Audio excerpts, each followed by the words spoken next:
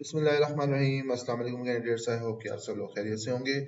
Candidates, now we are going to start lecture number 9। जैसा कि आपको पता है कि हम ऑडिटर अकाउंट्स रिलेटेड जो पोजीशंस हैं उनकी प्रिपरेशन के लिए वीडियोस अपलोड कर रहे हैं। क्वेश्चन नंबर इससे पहले 8 लेक्चर्स अपलोड कर चुके हैं और आज 9th लेक्चर है। फर्स्ट फेज हमारा चल रहा है और अकाउंटिंग के क्वेश्चंस कर रहे हैं। क्वेश्चन नंबर 76 से आज स्टार्ट लेंगे और अकाउंटिंग का फर्स्ट फेज कोशिश करेंगे कि आज इस लेक्चर में जो है वो हम खत्म कर दें। So question number 76 is that dash helps business to classify transactions according to their nature. अगर आप अकाउंटिंग की डेफिनेशन देखें तो according is an art of recording, classifying, summarising, reporting and interpretation of financial information. ये definition है ना accounting की। तो आर्ट ऑफ रिकॉर्डिंग, रिकॉर्डिंग से मुराद जर्नल, क्लासिफाइंग, क्लासिफाइंग से मुराद आपकी लेजर्स हैं, समराइजिंग, समराइजिंग से मुराद आपकी ट्रायल बैलेंस है, रिपोर्टिंग, रिपोर्टिंग से मुराद आपकी फाइनेंशियल स्टेटमेंट्स हैं और इंटरप्रिटेशन से मुराद आपके रेशियोज और दूसरा एनालिसिस है। तो ये जो क्लासिफाइंग का स्टेप है जिसमें आप ट्रांजैक्शंस को क्लासिफाई करते हैं अकॉर्डिंग टू देयर नेचर, यानी कैश से रिलेटेड ट्रांजैक्शंस कैश अकाउंट में आ गई, किसी रिसीवेबल से रिलेटेड ट्रांजैक्शन उस रिसीवेबल के अकाउंट में चली गई। तो जब आप क्लासिफाई करते हैं ट्रांजैक्शंस को, बेसिकली उसको हम लेजर्स बोलते हैं। तो इसमें जो करेक्ट आंसर है वो ऑप्शन सी है, ledger account. Okay, C is the right answer over here, क्योंकि क्लासिफिकेशन का मतलब है कि लेजर में डालना according to their nature, transactions की नेचर के हिसाब से, अकाउंट्स की नेचर के हिसाब से उनको आप उनको पोस्ट करते हैं उनके लेजर्स में। Question number 77, office equipment account is classified as dash account. Office equipment, जब मैंने आपको पिछले लेक्चर में बताया था कि there are 3 accounts, real accounts, nominal accounts and personal accounts. Real accounts are related to assets, liabilities and equity. Nominal accounts come to income, expenses, gains and losses, and your personal accounts are related to individuals. तो अभी यहाँ पे office equipment के मुतालिक कह रहा है, तो ऑफिस इक्विपमेंट आपके एसेट्स हैं और एसेट्स जो हैं वो आपके रियल अकाउंट में आते हैं। तो option B is the right answer होगा। नॉमिनल में आपके वो अकाउंट्स आते हैं जिनको आप जिसमें इनकम लॉस करते हैं, जिसमें इनकम एक्सपेंसेस बेसिकली जो है या गेन्स और लॉसेस जो होते हैं, और कैश आपका एसेट है, ये भी आपका रियल अकाउंट है, कैश जो है। लेकिन ऑफिस इक्विपमेंट जो है वो रियल अकाउंट के तौर पे है, कैश भी एसेट है और वो भी रियल अकाउंट है, कैपिटल जो है वो भी आपका रियल अकाउंट है। So option B is the right answer over here. Office equipment account is classified as a real account. Question number 78, building account is classified as dash account. Building again क्या है? building आपका asset है, asset कौन से में आता है? real account में आता है, तो ये भी आपका real account है। The real accounts are accounts of assets, liabilities and dash। तो ये मैं आपको बता चुका हूँ, real account में assets होते हैं, liabilities होती हैं and you have equity also। equity से मुराद यहाँ पे capital है आपका, ठीक है। expenses, revenue आपका nominal है, drawing भी आपका nominal account है। Revenue and expenses accounts are referred as, revenue और एक्सपेंसेस को हम कहते हैं नॉमिनल अकाउंट्स, क्योंकि ये ईयर एंड में क्लोज हो जाते हैं, ठीक है। तो ये आपके नॉमिनल अकाउंट्स आ जाएंगे आपके। Simple questions. Question number 81, which of the following is the normal balance of a rent expense account. Expense का नॉर्मल बैलेंस हमेशा क्या होता है? डेबिट होता है। एसेट का नॉर्मल बैलेंस डेबिट होता है, एक्सपेंस का नॉर्मल बैलेंस डेबिट होता है।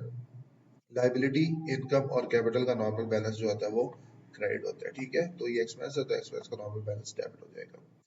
Question number 82. Which of the following statement is statements? Which of the following statements? ये थोड़ा गलत हो गया यहाँ पे। Which of the following statement is incorrect regarding capital account? इनमें से कौन सी capital account से मुतालिक जो है वो गलत statement है? तो first one, debit increases the capital account balance, credit increases the capital account balance, fresh capital increases the capital account balance, net income increases the capital account balance.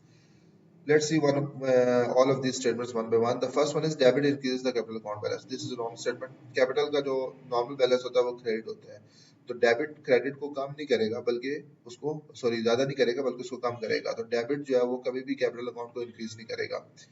Credit increases capital account, ये statement ठीक है। जब आपका capital account का भी balance credit होता है normal, और जब वो क्रेडिट होगा तो वो इंक्रीज हो जाएगा। फ्रेश कैपिटल भी उसको इंक्रीज करेगा, ये भी ठीक है। नेट इनकम भी उसको इंक्रीज करेगा, ये भी ठीक है। तो इसमें जो इनकरेक्ट स्टेटमेंट है वो है ऑप्शन ए, कि डेबिट जो है वो कैपिटल अकाउंट को इंक्रीज करता है जबकि डेबिट अकाउंट कैपिटल अकाउंट को एक्चुअली डिक्रीज करता है। Question number 83 says the normal balance of liability account is. Liability का नॉर्मल बैलेंस क्या है? क्रेडिट बैलेंस है, मैंने अभी आपको बताया। लायबिलिटी, इनकम और कैपिटल, इनका क्रेडिट होगा, एसेट और एक्सपेंसेस का नॉर्मल बैलेंस डेबिट हो जाएगा। The normal balance of the asset is debit balance, ये भी मैंने आपको अभी बता दिया। The normal balance of capital is credit balance, ये भी अभी आपने डिस्कस कर लिया। It's very simple questions. Okay, if the business owner withdraws cash for his personal use, what will be the effect on capital? जब आपका honour जो है बिजनेस से कोई भी चीज निकालता है तो उसका कैपिटल के ऊपर क्या इफेक्ट होगा? कैपिटल आपका डिक्रीज होगा।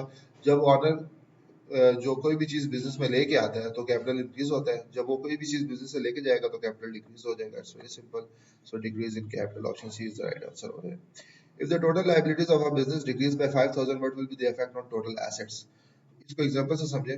अगर आपने लेट्स सपोज किसी के पैसे देने थे, आपके पे लाइबिलिटी है, तो लाइबिलिटी अगर आपकी 5,000 काम हो रही है तो एसेट पे क्या फर्क पड़ेगा?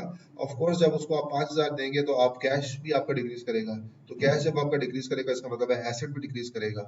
तो जितने से आपकी लाइबिलिटी डिक्रीज हो रही है एज पर अकाउंटिंग इक्वेशन, आपका एसेट भी उतने से डिक्रीज हो जाएगा, क्योंकि asset equals to liabilities plus capital. तो अब या तो ये होना चाहिए कि कैपिटल आपका जब लाइबिलिटी डिक्रीज हो रही है तो उसके साथ कोई ऐसी चीज होनी चाहिए कि आपकी अकाउंटिंग इक्वेशन ना खराब हो। अकाउंटिंग इक्वेशन में हमेशा ये होगा asset equals to liabilities plus capital. तो जब आपकी लाइबिलिटी डिक्रीज होती है उसके साथ आपके एसेट्स भी 5,000 से डिक्रीज होंगे। Question number 88, capital of business decreases if there is an increase in. अच्छा, कैपिटल बिजनेस का कब डिक्रीज होता है? जब आपके पास ड्राइंग इंक्रीज होंगी तो ऑफ कोर्स कैपिटल डिक्रीज होगा, ये तो ठीक है, ऑप्शन ए इसका राइट आंसर है। इनकम जब होगी तो कैपिटल बढ़ेगा, कम नहीं होगा। गैस दोगे तो कैपिटल बढ़ेगा, कम नहीं होगा। फ्रेश कैपिटल होगा तो कैपिटल बढ़ेगा, कम नहीं होगा। सिर्फ इसकी वजह से कैपिटल आपका कम होगा, ड्राइंग की वजह से। Question number 89, capital increases if dash increases. Capital increase होगा जब क्या इंक्रीज होगा? आपका रेवेन्यू इंक्रीज होगा, ठीक है। एक्सपेंसेस ऑफ कोर्स कैपिटल को डिक्रीज करेंगे। ड्राइंग्स भी आगे कैपिटल को डिक्रीज करेंगे। इंटरेस्ट ऑन कैपिटल उस बंदे को मिल रहा है, लेकिन बिजनेस के लिए तो एक्सपेंस है ना, ठीक है। तो रेवेन्यू जो है that is the proper answer over here, कि रेवेन्यू की वजह से आपका कैपिटल जो है वो इंक्रीज होगा। इंटरेस्ट ऑन कैपिटल को कई दफा एक्सपेंस के तौर पे लिखा जाता है, तो जब उसका एक्सपेंस के तौर पे लिखा जाएगा तो वो लॉस क्रिएट करेगा और लॉस आपके कैपिटल को डिक्रीज करेगा। Question number 90, calculate the amount of cash. Cash calculate करना है। टोटल एसेट आपके 10,000 है, लाइबिलिटीज 10,000 है, कैपिटल 15,000 है। तो सिंपल सी बात है, अकाउंटिंग इक्वेशन है asset equals to liabilities plus capital. Liabilities 10,000 है, कैपिटल 5,000 है, 10 जमा 5 कितने होंगे? 15,000 होंगे, ठीक है। तो एसेट्स को भी 15,000 ही होना चाहिए, लेकिन एसेट यहाँ पे 10,000 शो हो रहा है, तो बाकी 5,000 आपका क्या हो जाएगा? कैश हो जाएगा, ठीक है। क्वेश्चन नंबर 90 का option C is the right answer. Find the value of assets if liability equals to 5 and capital equals to 1,000. बहुत सिंपल। Asset equals to liabilities plus capital, तो लाइबिलिटीज 5,000 है, कैपिटल 1,000 है, 5 जमा 1 कितने हो गए? 6, तो आपके एसेट्स कितने हो जाएंगे? 6,000 हो जाएंगे। Very simple questions. The basic accounting equation is assets equals to liabilities plus capital. उसको आप ये भी लिख सकते हैं, asset equals to capital plus liability भी लिख सकते हैं, इससे कोई फर्क नहीं पड़ता। Asset equals to expense plus income is wrong. Asset equals to cash plus capital is also wrong. Asset equals to expense plus capital is also wrong. So option C is the right answer. Question number 93, which of the following is the closing balance of a ledger account. जो closing balance होता है, balance carried down होता है, CD. Brought down जो होता है वो opening balance होता है। ईडी और एफसी तो कोई चीज होती ही नहीं है। सीडी होता है क्लोजिंग, यानी कैरिड डाउन। सी से आप क्लोजिंग भी याद कर सकते हैं और कैरिड डाउन भी याद कर सकते हैं, और बी जो है वो ब्रॉट डाउन होता है, ठीक है। तो यहाँ पे ऑप्शन ए जो है that is right answer. Which of the following accounts are closed at the end of an accounting period? Accounting period के आखिर में कौन से अकाउंट्स क्लोज होते हैं? रियल अकाउंट आपके एसेट्स हैं, हमको क्लोज नहीं करते, अगले साल लेके जाते हैं। बैलेंस शीट अकाउंट्स को भी अगले साल लेके चले जाते हैं। नॉमिनल अकाउंट्स जो income expenses gains and losses के अकाउंट्स होते हैं, इनको हम ईयर एंड पे क्लोज करते हैं। तो option A is the right answer. Which of the following is a real account? इनमें से रियल अकाउंट कौन सा? रियल अकाउंट कौन सा होता है? Asset, liabilities, equity. Office equipment क्या है? एसेट, तो ये आपका रियल अकाउंट है। अकाउंट है आपका नॉमिनल अकाउंट है। रेंट इनकम ये भी नॉमिनल अकाउंट है। ये एक्सपेंस है, ये इनकम है, दोनों नॉमिनल अकाउंट है। इंश्योरेंस एक्सपेंस ये भी नॉमिनल अकाउंट है।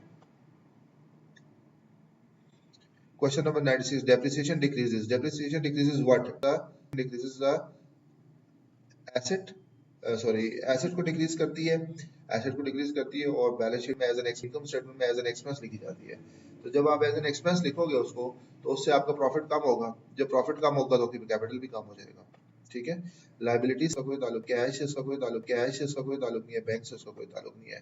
कैपिटल से कनेक्टेड है, इस तरह कनेक्टेड है कि जब आप डेप्रिसिएशन को एज एन एक्सपेंस कम होगा, जब आपका प्रॉफिट कम होगा, जब आपका प्रॉफिट कम होगा, जब प्रॉफिट कम होगा तो ऑटोमेटिकली कैपिटल भी आपका कम होगा। Question number 97, if cash equals to 1,000, inventory is equal to 4,000, debt 5,000, तो फिक्स एसेट या नॉन करंट एसेट कितने होंगे? लायबिलिटीज आपकी 15,000 है, बहुत सिंपल है। Asset equals to liabilities plus capital, तो टोटल आपके पास 15,000 के एसेट्स होने चाहिए। 1000 के ही हो गए, 4000 के ही हो गए, 4 और 1 5 और 5 ही हो गए 10, तो बाकी जो 5000 बचा वो आपके क्या आ जाएंगे, नॉन करंट एसेट्स आ जाएंगे। Question number 98, which of the following best describes the increase in equity. Increase in equity को इनमें से सबसे बेहतर अंदाज करते हैं। ऑप्शन ए कहता है कि इससे आपके बिजनेस ऑपरेशन एक्सपेंड होते हैं। ऑप्शन बी कहता है कैश आउट होता है, इनफ्लो। ऑप्शन सी कहता है इनफ्लो ऑफ कैश होता है। फोर्थ होता है एप्रोप्रिएशन एक्सपेंस। देखिए इंक्रीज होती है जब इक्विटी, तो आपका ऑपरेशंस, बिजनेस ऑपरेशंस बढ़ते हैं, आप इक्विटी को क्यों इंक्रीज करते हो और कैपिटल क्यों लगाते हैं या और शेयर्स आप क्यों इशू करते हैं, ताकि आप अपने बिजनेस ऑपरेशंस को बढ़ा सकें। जो सबसे बेस्ट है इसमें ऑप्शन, यानी कि जो सूट करता है या इंक्रीज इन इक्विटी जो है वो इसलिए होता है ताकि आपके बिजनेस ऑपरेशंस को बढ़ाया जा सके। तो option A is the right answer हो जाएगा।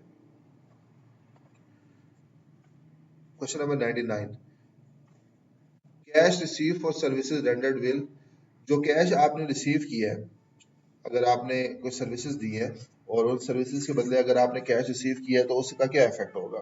तो इसमें अगर हम देखें हमारे पास ऑप्शन है increase cash and liability, increase equity and liability, increase fix asset and cash, increase cash and equity.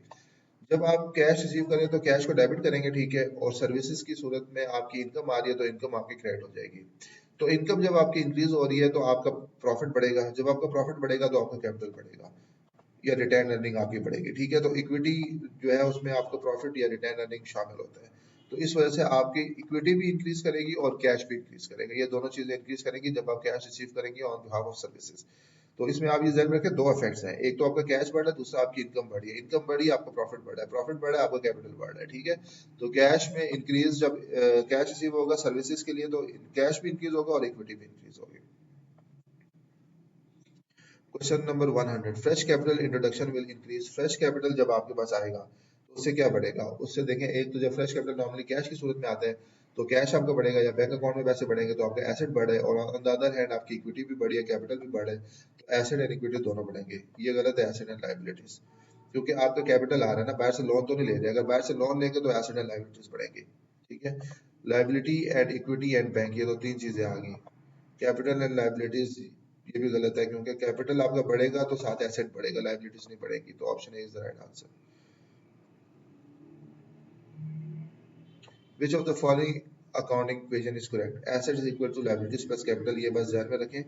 अच्छा, अब उसमें आप देखें पहला क्या है, cash plus other assets equals to capital minus liabilities, ये तो गलत है। कैपिटल प्लस लाइबिलिटीज होता है, माइनस नहीं होता, तो ये ऑप्शन तो क्या, capital plus liabilities asset plus income, ये जो दूसरा ऑप्शन आपको दे रहे हैं, capital plus liabilities asset plus income, ये भी गलत है। इनकम अगर आपकी है तो वो कैपिटल को इंक्रीज कर देगी, यहाँ पे नहीं आएगी। Assets minus liabilities equal to capital, ये ठीक है, क्योंकि assets equals to liabilities plus को अगर आप दूसरी साइड में लेके चले जाएंगे तो वो माइनस हो जाएगी।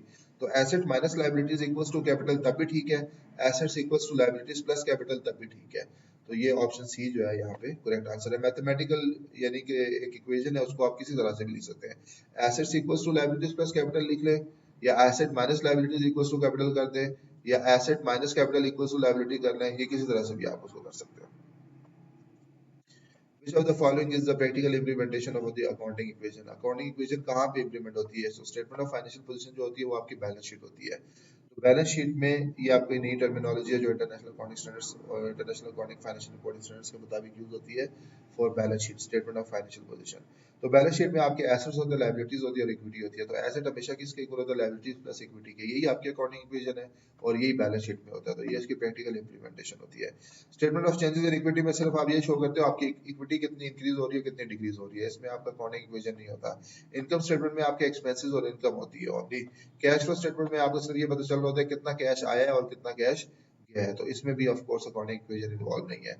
तो स्टेटमेंट ऑफ फाइनेंशियल पोजीशन या जिसको आप बैलेंस शीट बोलते हो उसमें आपकी अकाउंटिंग इक्वेशन इंप्लीमेंट हो रही थी प्रैक्टिकली। इनकम स्टेटमेंट के लिए स्टेटमेंट ऑफ फाइनेंशियल परफॉर्मेंस भी यूज होता है, ये ध्यान में रखिएगा, क्योंकि ये आपको एक साल की परफॉर्मेंस बताती है, प्रॉफिट या लॉस, जबकि स्टेटमेंट ऑफ फाइनेंशियल पोजीशन आपको फाइनेंशियल पोजीशन बताती है उस डेट तक जो ये बैलेंस शीट होती है आपकी। Question number 103, payment of expenses will dash the asset. जब आप एक्सपेंसेस की पेमेंट करेंगे तो आपके एसेट्स जो है वो क्या करेंगे, रिड्यूस करेंगे। कैश की सूरत में नॉर्मली पे करेंगे या बैंक की सूरत में, तो दोनों सूरतों में आपके एसेट्स जो है वो रिड्यूस करेंगे जब आप एक्सपेंस पे करेंगे।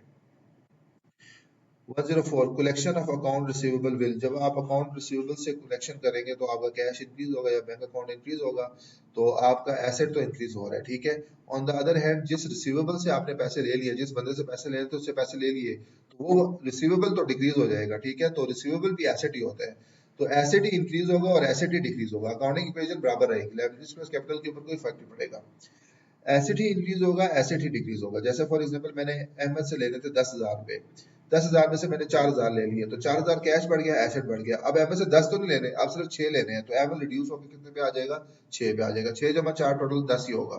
तो अकाउंटिंग इक्वेशन आपकी बराबर आएगी, लेकिन एसेट ही इंक्रीज होगा और एसेट ही डिक्रीज भी होगा, ठीक है। Question number 105, net income equals to revenue minus, अच्छा रेवेन्यू में से क्या माइनस करेंगे तो आपके पास नेट इनकम आएगी। तो रेवेन्यू में से एक्सपेंसेस जब आप माइनस करते हैं तो आपके पास नेट इनकम आती है, ठीक है। गेन्स इनकम में ऐड हो जाता है, डेप्रिसिएशन एक्सपेंसेस का हिस्सा होता है, कैपिटल एक्सपेंडिचर आपके वो होते हैं जो आप बैलेंस शीट में लिखते हैं, आपके एसेट्स होते हैं, जैसे प्लांट एंड मशीनरी हो गया, लैंड एंड इक्विपमेंट हो गया, ये आपके कैपिटल एक्सपेंडिचर्स होते हैं जो एक साल से ज्यादा के आपने किए होते हैं, तो फिर उसको आप डेप्रिसिएशन की सूरत में इनकम स्टेटमेंट में डालते हैं, ठीक है। तो इनकम रेवेन्यू माइनस एक्सपेंसेस जो है उससे आपको क्या मिलता है, नेट इनकम मिलता है। तो 105 का जो करेक्ट आंसर है वो ऑप्शन सी है। ओके, तो ये बड़े सिंपल क्वेश्चन है जो अकाउंटिंग के हमने एंड कर लिए। अब फर्स्ट फेज ऑफ अकाउंटिंग जो है वो भी खत्म हो गया, ऑडिटिंग भी खत्म हो गया। अब हम डिफरेंट सब्जेक्ट्स के, जिस तरह हमने डिस्कस किया था, इकोनॉमिक्स के 50 क्वेश्चंस करेंगे, स्टैटिस्टिक्स के क्वेश्चंस करेंगे, मैनेजमेंट के क्वेश्चंस करेंगे, और फिर फर्स्ट फेज को खत्म करके दोबारा फिर सेकंड फेज शुरू करेंगे, फिर से ऑडिटिंग से हम स्टार्ट लेंगे, ठीक है। तो होपफुली जितने ज्यादा हम इसके लेक्चर्स अपलोड करेंगे, आपकी प्रिपरेशन, अगर आप इसको देखते रहे, समझते रहे, लिखते रहे, नोट्स बनाते रहे, तो आपकी प्रिपरेशन जो है वो बहुत अच्छी हो जाएगी इंशाल्लाह। तो आगे कोशिश करेंगे इसका डिफिकल्टी लेवल अकाउंटिंग को थोड़ा सा बढ़ाएं, बिकॉज ये क्वेश्चंस जो है वो काफी सिंपल थे, जो लास्ट के क्वेश्चन हमने किए। शुरू में कुछ अच्छे क्वेश्चंस थे जिसमें हमने कॉन्सेप्ट, तो बेसिकली हम कर क्या रहे हैं कि हम जितने भी मल्टीपल चॉइस क्वेश्चंस अवेलेबल हैं डिफरेंट सोर्सेज से, जैसे पाक एमसीक्यूज हो गया या मुख्तलिफ अदर वेबसाइट्स हैं, एग्जाम वेडा हो गया या दूसरी वेबसाइट्स हैं, वहां से हम वो क्वेश्चंस उठा के उनको आपको समझाने की कोशिश कर रहे हैं, अंडरलाइन कॉन्सेप्ट्स को क्लियर करने की कोशिश कर रहे हैं, ताकि आप जब एग्जाम में बैठे तो आपके जहन में ये सारी चीजें हों, और फिर आपके लिए जो पेपर अटेम्प्ट करना है वो बहुत ज्यादा ईजी हो जाएगा, ठीक है।